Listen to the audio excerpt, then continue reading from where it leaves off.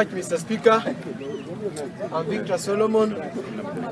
Mr. Speaker, I want to agree with the motion which was brought on the floor that Orengo said it's too early for Raila to go have dialogue with the president.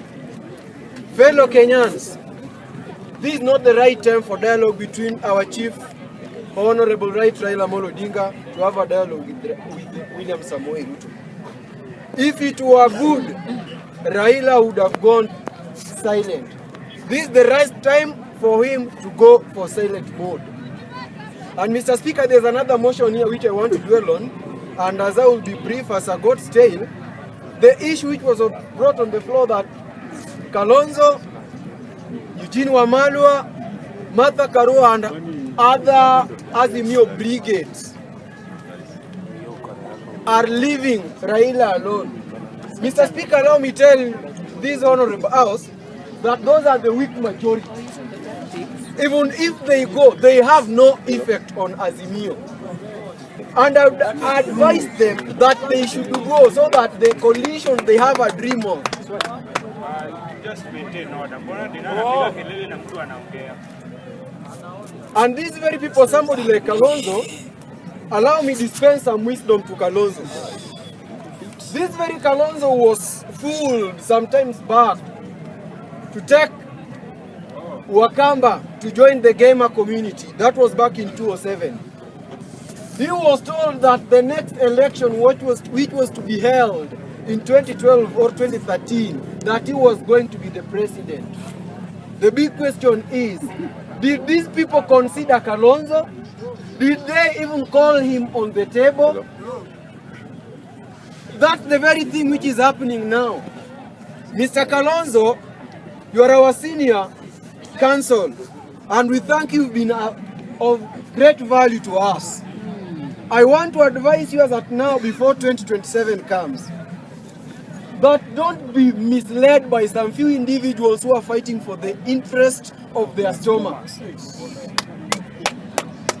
Mr. Speaker, these people want to use Kalonzo for their own benefit. The very way they oiled the mountain, which made it very slippery for Right Honorable Raila Odinga to climb. They placed a double chance bet. That was Martha Karua and Rigiji. Meaning if Martha Karua lost, Rigiji must have won. That's the game they are playing now with Kalonzo. So that our brothers from the eastern side of Kenya can join them for their push of the government. Mr. Speaker, I personally would have joined the people who are saying Ruto must go. Only and only if they meant Ruto's government to be solved. Yes. Not using a single person's name to create all the problems to our nation. We agree that Ruto is the head of the government, deputized by Right Honorable Rigathi Gachagua. Deputy, not vice, deputy. If something is a mess in Ruto's government, it means even Rigathi Gachagua himself is at a mess. So the very people who are fighting, me included, should withdraw the statement Ruto must go and make it Ruto and Gachagua must go. Or either Ruto's government to be dissolved. Yes. Not using a single person's name. It's as if Ruto alone is governing Kenya, which is very impossible. Mr. Speaker, I want to dispense wisdom to these my brothers who are calling themselves Gen Zs. I'm a millennial. My brother said it a day before yesterday in this very floor, that this is not the first fight for this nation. If it's a matter of liberating this nation, this is a third liberation. And the thing we are fighting for now should have been fought for early in the days. And let them not think that they are going to be the first people to liberate this nation. The Right Honorable Raila Odinga fought for the second liberation of this country. He and himself alone, together with those who supported him. And these are brothers from the mountain region. It's high time for them to wake up politically. Mr. Speaker, I had a conversation with one informed member from the mountain region. And the very statement he told me I never expected from him. 1 minute. Yes. My fellow friend has stated here that it's not only Mr. Gachagua, it's not only Mr. Ruto to go home. Both of them are supposed to go home. So my question to you is that which criteria can the people use to chase these people home? Because we have used Mandamano, but it has not worked. So what can we use? Mr. Speaker, that's very simple. In fact, very simple. Members of Parliament.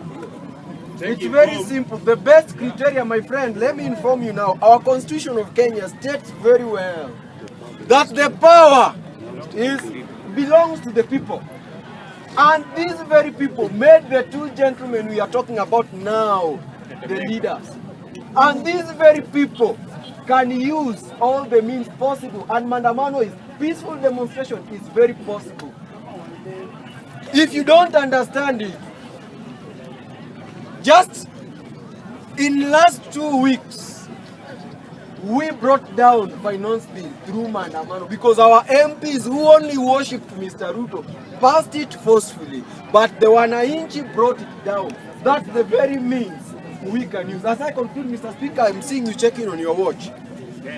My brothers from the mountain, you should be informed that Kenya is not for you people. If you feel that Kenya belongs to you, then create your own country.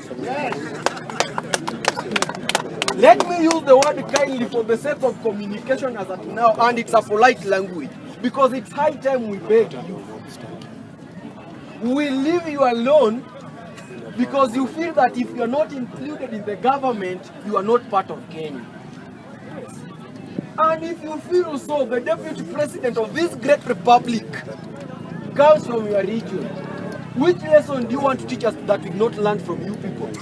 Do you want to tell us that your power grid is such that if your man is weak, and let me tell you, it's your son, Rigiji, who calls himself a son of Mau Mau.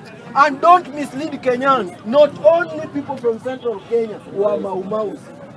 Even other people from the other parts of this nation fought for the liberation of this nation. Thank you, Mr. Speaker. Yes. So, Mr. Speaker, Huyu amesema